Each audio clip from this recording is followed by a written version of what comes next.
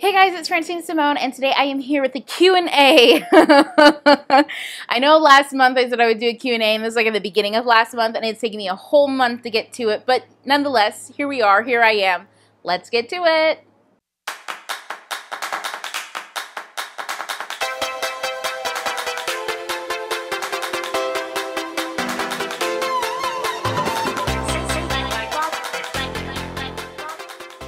So guys, I'm only going to answer a few questions because there are a lot of them, and I don't want this to get too long, especially since I have an infant who always wakes up while I'm filming, and this is the reason why it's taking me so long to get these videos out, because he will not sleep sometimes. So let's get into it. What was your first book and or story you ever wrote that you thought was good? Was it in a creative writing class? The first one that I thought was good, honestly, was the book I wrote, The Keeper's Vow. That's the one that I'm proud of.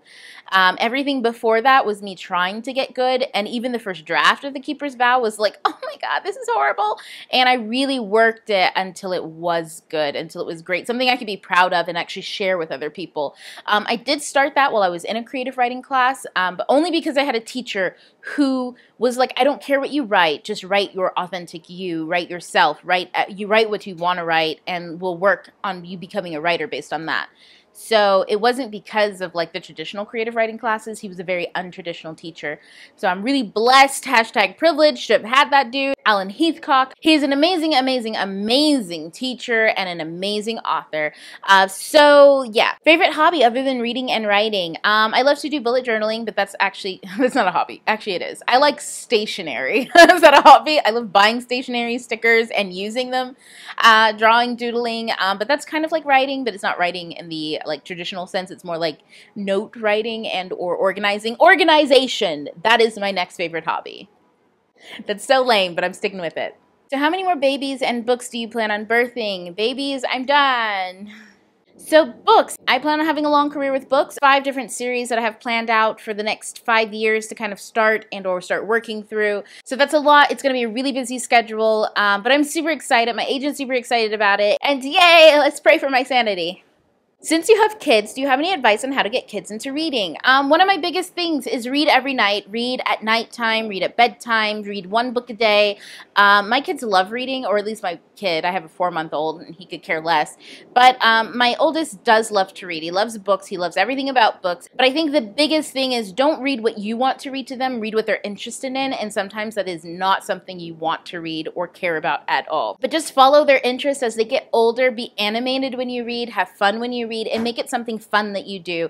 Make it a part of a bedtime routine or just something really, really enjoyable, and they'll enjoy it too. The next question is a writing question, and that's how do you tackle the idea of religions / anti-religious races and factions without coming off as offensive or aggressive? So always just stay true to the actual story and to the characters. Remember to be authentic to them and that they do have a perspective. Understand why that's their perspective and understand the complexities behind all of these things. The more that you can tap into that, the more truth you can pull out of it, and the less offensive it's going to be, and the more eye-opening it will be. What was your favorite and least favorite book you read in school as an assignment? So my favorite was probably Othello, the play, which isn't a book, but we're going to count it anyways, or Bleak House by Charles Dickens. Othello, I don't know, I loved Iago in Othello. He was a crazy, batshit crazy person. Least favorite, almost everything else. No, that's mean. Probably my least favorite is As I Lay Dying. I'm just not a Faulkner fan. Me and Faulkner just will not ever get along. Do you have a favorite book by Stephen King? I do not. Stephen King scares the shit out of me. Would you ever consider doing videos that focus on plot or world building or well-rounded characters using examples from books you've read and reviewed? Actually, yes. That is the next kind of phase I'm going to start doing on my channel. Instead of reviewing books as a breakdown, I feel like I did a lot of that, the Way Hype book breakdown. Y'all remember those? Throwback to last year. That wasn't that long ago. Why am I saying it like that? Anyways, what I'm thinking about doing going forward is only kind of reviewing the books I really, really, really love and enjoy, because I think you guys might be able to get something out of them, those of you who are definitely writers, and kind of infusing a little bit of writing tips into that, or maybe doing a writing tip in the week and a book that I will review that week that kind of, bridges the gap of here's the tip and here's a book in which you can learn from how to do that specific tip. Let me know down in the comments if you think that'd be something fun that you'd like, something really interesting that you'd like, if you'd like a breakdown of a book afterwards.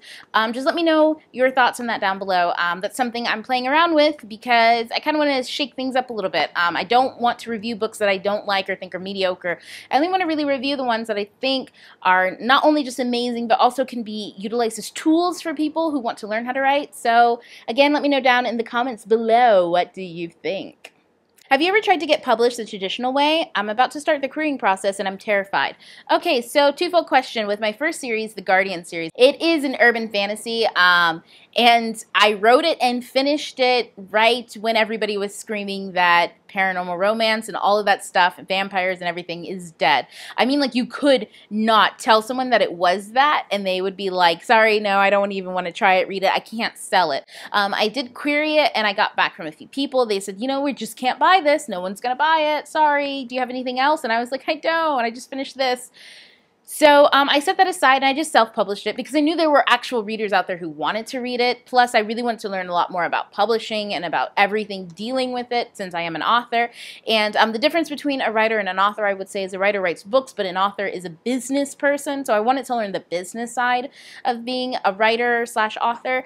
So I self-published that. However, it's always been my goal to have the book that the series that I'm currently working on, traditionally published, and that is a epic fantasy. I did write it in April, right before I gave birth to my son. I edited it and then I started querying it. I won't lie, I did only send out one query at first, and it was to my dream agency. I was talking to a friend and she was like, you might want to send out a few more. So I sent her my query and she gave me some feedback on it and we worked it, and I sent it out to a few more people, and I was requested some fulls from some people. I was requested some partials because I did during a pit match thing.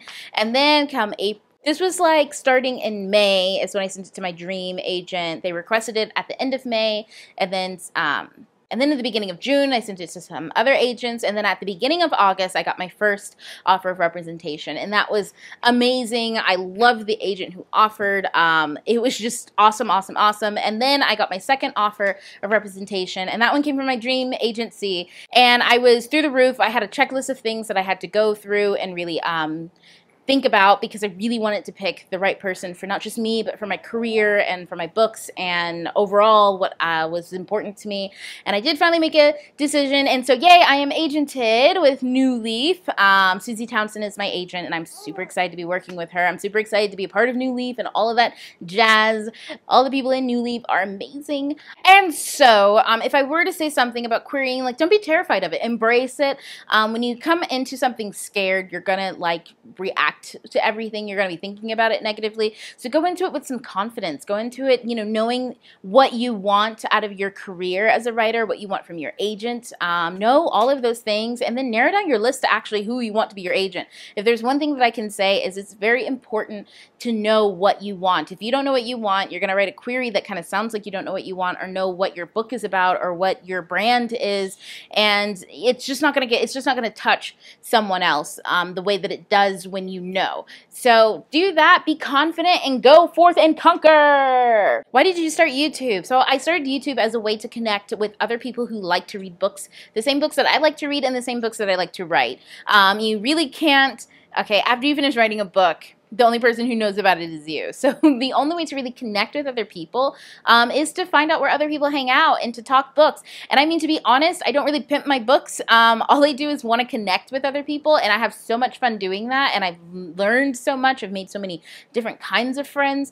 It just makes the whole experience of being an author so worthwhile and so lush and full. Which brings me around to BookNet Fest. So again, I will make another video on that and the importance of just kind of being around your people. Go find your people. That's why I found YouTube, to find my people.